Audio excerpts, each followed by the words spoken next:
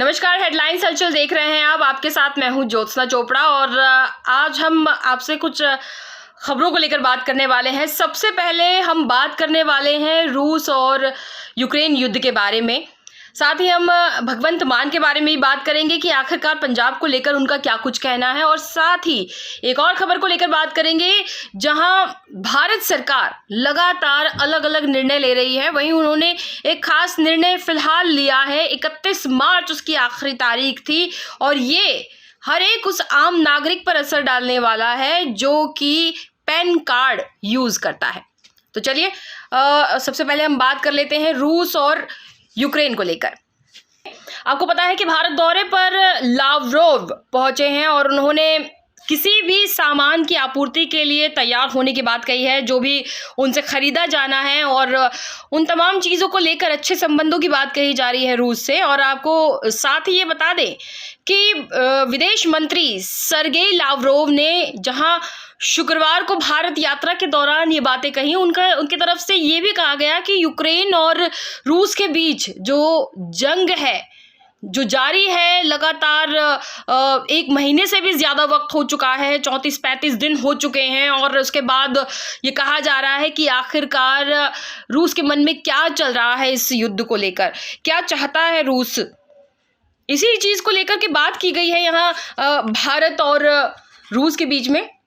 Lavrov की तरफ से कहा गया है कि यूक्रेन और रूस के बीच जो जारी जंग है वो खत्म करने के लिए भारत मध्यस्थता की भूमिका निभा सकता है, क्योंकि दोनों ही देशों के बीच शांति वार्ता के दौरान फिलहाल अभी तक कोई समाधान नहीं निकला है। भारत रूस और यूक्रेन के बीच मध्यस्थ बनने की संभावना के न्यूज एजेंसी के सवाल पर जवाब देते हुए कह रहे हैं कि लावरोव ने ये तमाम बातें कही हैं।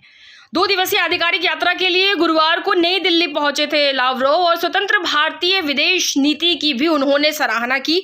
साथ ही ऊर्जा की बढ़ती कीमतों और रूस पर प्रतिबंधों सहित कई मुद्दों पर उनकी तरफ से चर्चा की गई। जैसे कि हम जानते ही हैं कि लगातार महंगाई बढ़ रही है, पेट्रोल डीजल के दाम बढ़ रहे हैं, इन तमाम चीज़ों को लेकर भी चर्चा की गई है। यहाँ पर उन्होंने कहा है, लावरोव की तरफ से कहा गया है कि भारतीय विदेश नीति स्वतंत्रता और वास्तविक हितों पर ध्यान केंद्रित करती है, और ये ही नीति रूसी संघ में है, और ये हमें अच्छे दोस्त और वफादार साझेदारी बनाती है।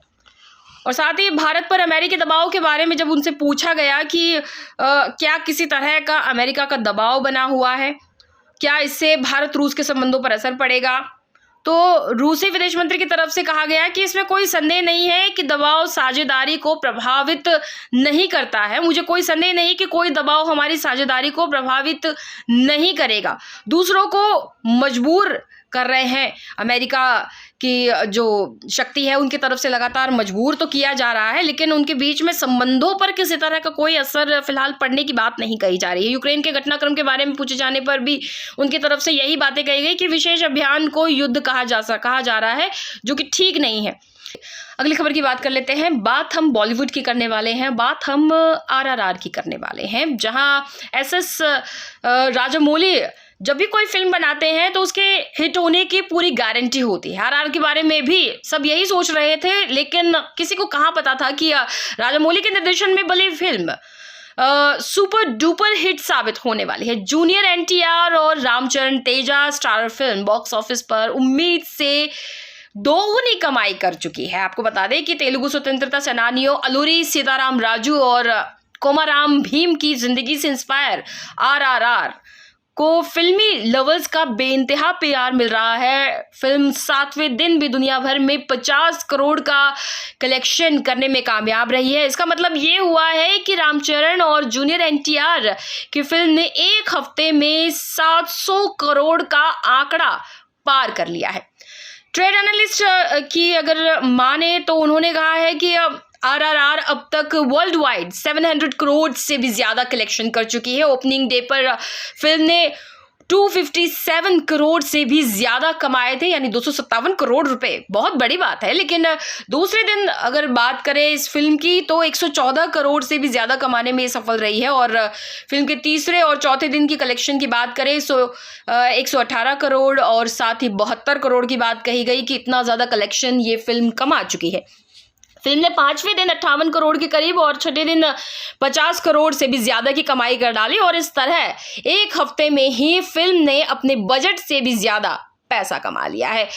तो साफ तौर पे कहा जा सकता है कि आखिरकार ये फिल्म एक तरह से लोगों को लुभाने में कामयाब रही है। दुनिया भर में फिल्म को जिस तरह से प्यार मिल रहा है उसे देखकर यही माना जा रहा है और ये जो कलेक्शन है इस फिल्म का, ये इतिहास अब रचता हुआ नजर आ रहा है। आरआर रिलीज से पहले ही काफी चर्चा में थी और रिलीज के बाद वो जो कमाल कर रही है इसका सबूत अब आपके सामने है। काफी वक्त बाद ऐसा देखा गया है कि जब सिनेमाघरों में किसी फिल्म को देखने के लिए इतनी भीड़ जमा हो रही थी। हालांकि द कश्मीर फाइल्स को लेकर भी इस तरह की बातें सामने आ रही थी कि लोगों को कहीं ना कहीं प्रभावित कर रही थी फिल्म, लेकिन उसके बाद अब ये फिल्म जो है ये लोगों को प्रभावित ज्यादा कर रही है, क्योंकि मनोरंजन के अगर दृष्टिकोण से देखें और साथ ही साथ लोगों को देशभक्ति की भावना से परिपूर्ण करने के दृष्टिकोण से देखें तो ये फिल्म कहीं ना कहीं लोगों को सचमुच लुभाने में और सिनेमा घर तक लाने में कामयाब रही है। तो फिलहाल इसी के साथ आज हम आपसे इजाजत लेना चाहेंगे। कल हम फिर से हाजिर होंगे कुछ और खबरों के साथ, कुछ और खबरों के ऊपर हम आपसे बात करेंगे और साथ ही साथ आपसे भी हम ये उम्मीद रखते हैं कि आप हमें बताएं कि हम ऐसी कौन सी खबरें हैं जिनके बारे में आपसे डिस्कस कर सकते हैं और लगातार आप जानना चाहते हैं कि हेडलाइंस हलचल लगातार आपसे जुड़ा रहे और भी खबरों के बारे में आप जानना चाहते हैं तो आप हमारे चैनल के साथ जुड़िए, सब्सक्राइब कीजिए और साथ ही साथ जो और भी अगर खबरें जानना चाहते हैं तो बेल आइकन प्रेस करना बिल्कुल मत भूलिएगा ताकि आपको अपडेट्स हासिल होते रहें, लगातार आप हमसे जुड़ते रहें। फिलहाल आपसे चाहूँगी इजाज़त, नमस्कार।